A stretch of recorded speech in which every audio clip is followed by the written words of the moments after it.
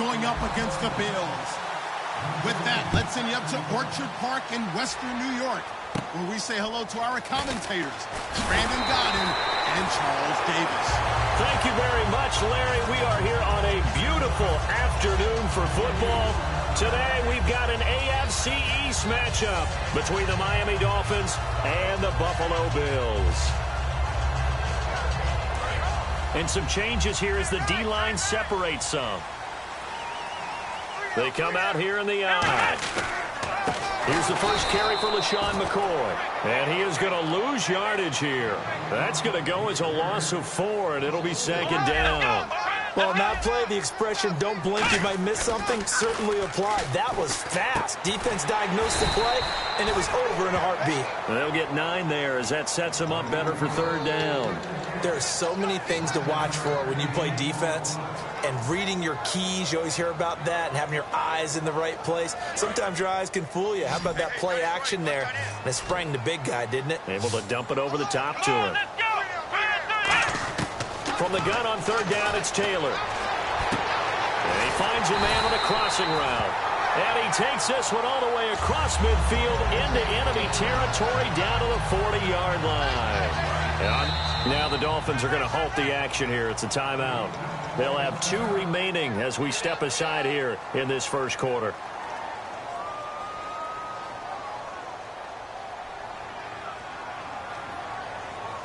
Fresh set of downs here.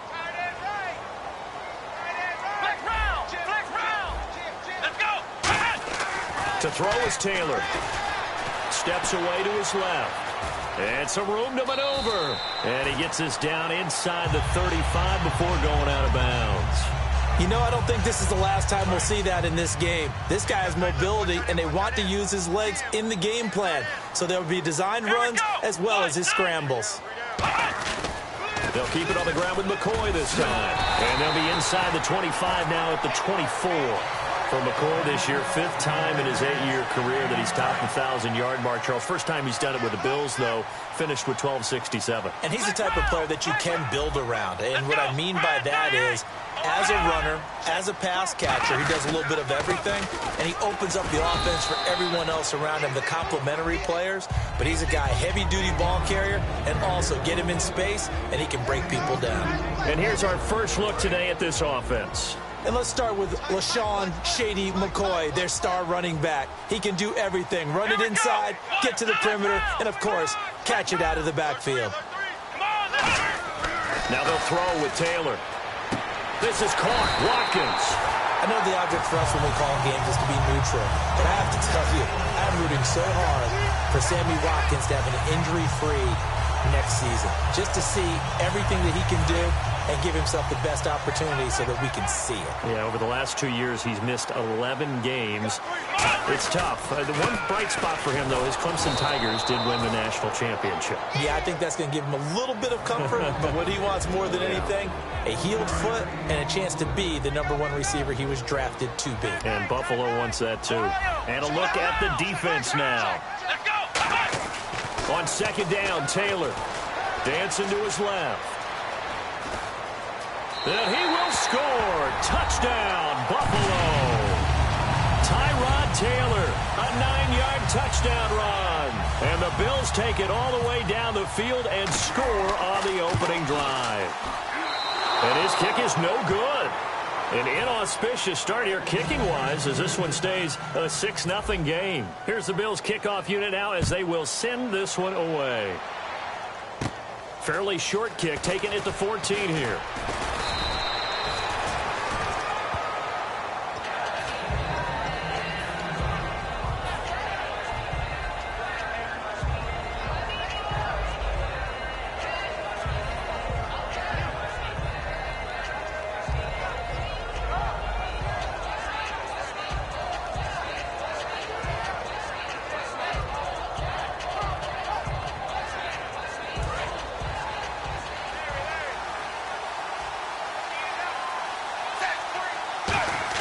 On first down, Tannehill. And his first pass here is going to fall incomplete. Kenny Stills the intended receiver, and that'll bring up second down. And a very capable offensive unit here. One of the headliners, Jordan Cameron. He's listed as a tight end, but he's at his best when he flexes away from the line of scrimmage and runs routes like a receiver. Looking left side, that's caught by Landry. Jarvis Landry. And all the way in for a Miami touchdown. Jarvis Landry, 71 yards. And the Dolphins have tied it. Now they can take the lead with the extra point. As a fan, is there anything prettier than a well-executed post route?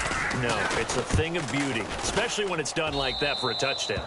The throw, the catch, and how about the run after to get it to the end zone?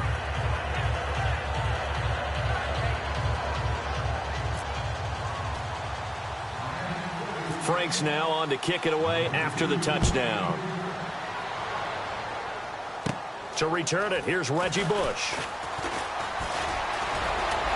And he's free going down the left side. It's a foot race. And all the way home for a Bills touchdown. Reggie Bush, 84 yards. And the Bills have retaken the lead. Such an electric play, so much fun to watch, and you need all 11 guys in sync for that to be successful, don't you? Without a doubt. That's teamwork to be able to put it all together, but that play is really probably the most exciting 10 seconds in football. So now the other return teams out there, as they'll try to duplicate what they just saw. That's fielded in the end zone. And he'll wind up getting an extra couple yards here for his trouble as he'll bring this one out to the 27. And out come the Dolphins now. And they're hoping to capture some of that magic they had last time out when they were able to put together a scoring drive. But they're still down here, Charles. Not the major concern, though, because of what you talked about. They scored the last time out. They feel good about themselves. They feel like their game plan is now in effect. They know how to attack and what plays they want to put together. But they've got to keep it moving in the right direction because, as you did note, they are down on the scoreboard. Here's the 11 starters on defense for Buffalo. And the new coaching staff really coming in. They can look at two numbers, kind of yin and yang. They're good against the pass, 6th in the league, 29th, though, against the run. Well, if you look at this new coaching staff that has taken over in Buffalo and trace their past, it starts with them stopping the run because they are a very aggressive, blitz-happy type of a group, but it only begins with stopping the run first. So I expect that number to improve in 2017 for Buffalo. Let's go! Now back to throw. And incomplete here, so a little razzle-dazzle on that one, but they couldn't hook up, and it's 3rd down. I wouldn't be shocked at all right now if there's a look of surprise on the big fella's face because he had the route that he wanted, running the corner, and usually he's able to use his body and catch the football, but a really nice play by the defenders, able to knock it away. Extra DB on the field for the Bills here on 3rd down. Yeah, maybe thinking pass. They'll run it with Williams. And he's going to have the 1st down at about the 38. It's a 9-yard gain, and it keeps the drive moving. And a new set of downs here after picking up the 1st on the ground. On 1st and 10, Tannehill. And it pops free. The collision there jarred the ball loose and brings up 2nd down.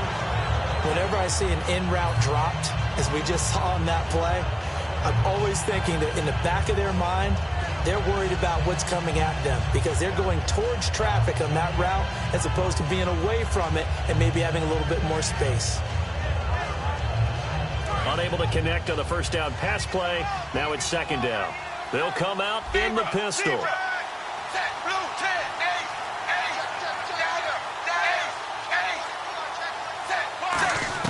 Back to the air. Tannehill on 2nd down. Got a man open. That's Devontae Parker complete.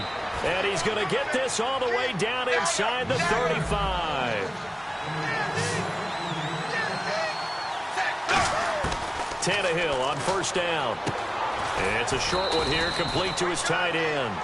Give him a couple on the catch. It's 2nd and 8. Well, the strategy was evident there. Get it to your tight end and make it a one-on-one play with a cornerback. Who's usually going to win that one? The tight end, but not there. Not in this situation. How about the corner defeating that logic and making a really nice tackle? This one caught. Jordan Cameron. And he'll be a couple yards shy of the red zone here at the 22-yard line. 9 yards on the pickup there, and it keeps the drive alive. And there they went crossing route against the zone defense. What do you think of that? Takes real coordination between the passer and the receiver because you've got to read those zones and where the open spots are and be on the same page with the guy throwing the football. Because sometimes you're throwing it in front of the zone. Sometimes you're throwing it between the zones. Sometimes the receiver's going to just kind of find a spot and what we call sit down and present himself to the quarterback and throw it there. It's a tough read, but when they're in sync, it's really effective. Back to throw, Tannehill looking for the end zone. He's got it. Touchdown, Dolphins. Jarvis Landry with his second touchdown in this opening quarter. And the Dolphins have tied it. Now they can take the lead with the extra point.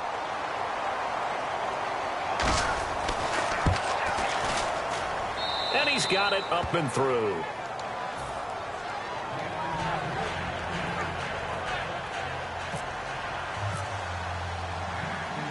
Franks now on to kick it away after the touchdown. This is fielded a couple yards deep.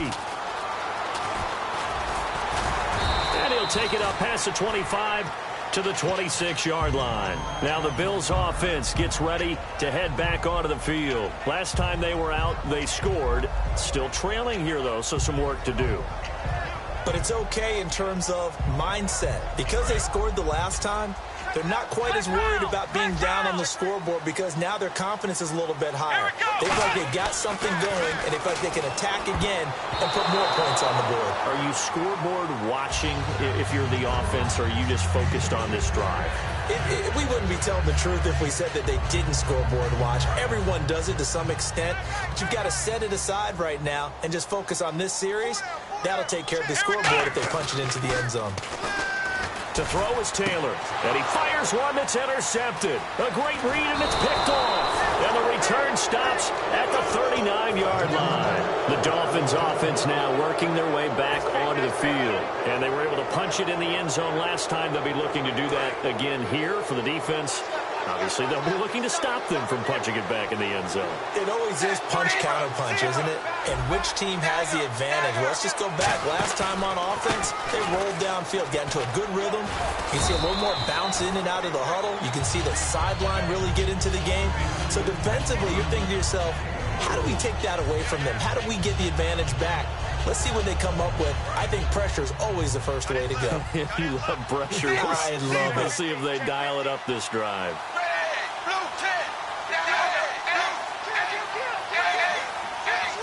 Again, we'll see the pistol here.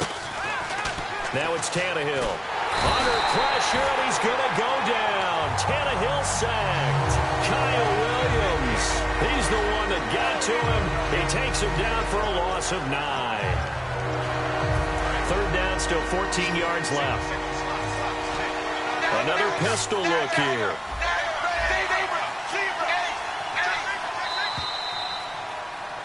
Back now with Charles Davis. I'm Brandon Gaudin. Second quarter begins with the Dolphins in possession of the football. They do, however, have a tough third and long coming up. And no press coverage here. They are backing off in the secondary. Tannehill. And it's caught by Parker. And he's going to get this one down right to the edge of the red zone of the chalk of the 20. Well, we know he's got the speed there. He needed the speed and the hands. A great catch. And because of that speed, you have to respect it as a defender. So you have to either play off or make sure you're somehow in contact with him. And he's able to do exactly what you said. Use the speed to his advantage and go up and get the football. That's a big-time play right there.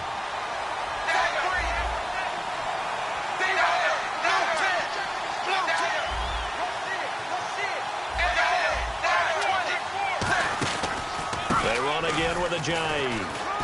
And he'll be taken down near the 20 at the 21. Give him 2 yards that time, and it's going to leave him with a 3rd and 11 situation. I do know from experience that when you slow down someone's running game, you're now doing the dictating on defense. And guess what? Now you're getting ready to tee off on your quarterback because they have to throw it all the time. But you still have to be alert for the draws and other plays of that nature to make sure you don't get hurt. His throw caught right around the 6. It sets him up 1st and goal. He's such a good route runner. Shows it there on 3rd down. Very proficient and a good pass. And you know what I've observed over the years in the NFL? The better a route runner you are, the more confidence your guy's going to have in you to go to you in important times because he can trust you being in the right spot, and they connected there and picked up a 1st down. It's a loss of a yard there, and now 2nd down. So the myth has been shattered. Every cornerback in the league is not just a cover corner. Some of them will stick their nose in there and make plays exactly as we just saw there. A big loss suffered by the offense after that nice tackle.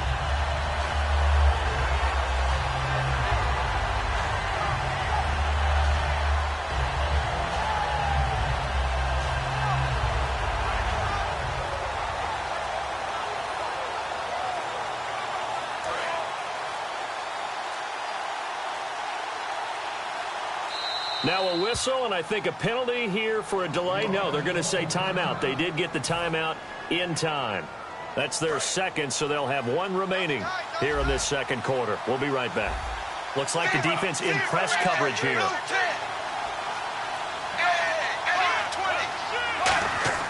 To throw on 2nd down is Tannehill. And he can't get rid of it. He's taken down. Kyle Williams in there to get him his 2nd sack now of the afternoon. Well, in my time in football, I've yet to see a playbook that draws up offensive plays designed to lose yardage. A running play loses yardage on 1st down. They try and throw it, take a sack on 2nd down.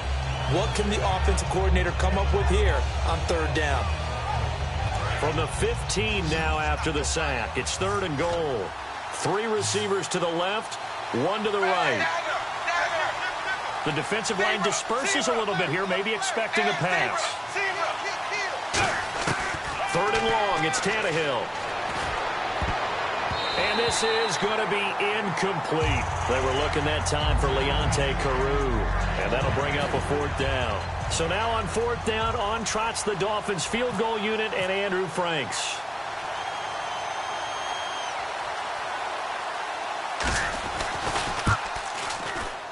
And Frank's kick is good.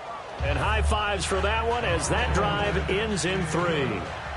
So the drive stalls out, but they are able to put 3 points on the board. Yeah, just a yard or 2 shorter than an extra point, so no problems converting there. And here's Lewis. And he nearly broke that for more, but as it is, they'll start this drive at about the 37-yard line. And now out come the Bills. And following the interception, we'll see what they can put together on this drive. I can hear my old college coach right now. He always used to tell us before every game, the team making the fewest mistakes will win. What they're hoping is that that last mistake is their only one of the game. Coaches, that's all they talk about, turnovers, right? Minimizing those and maximizing opportunities. 2 yards on the pickup there. It'll be 2nd and 8.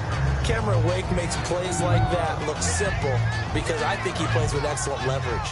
Really does a nice job of being lower than the offensive guys trying to block him.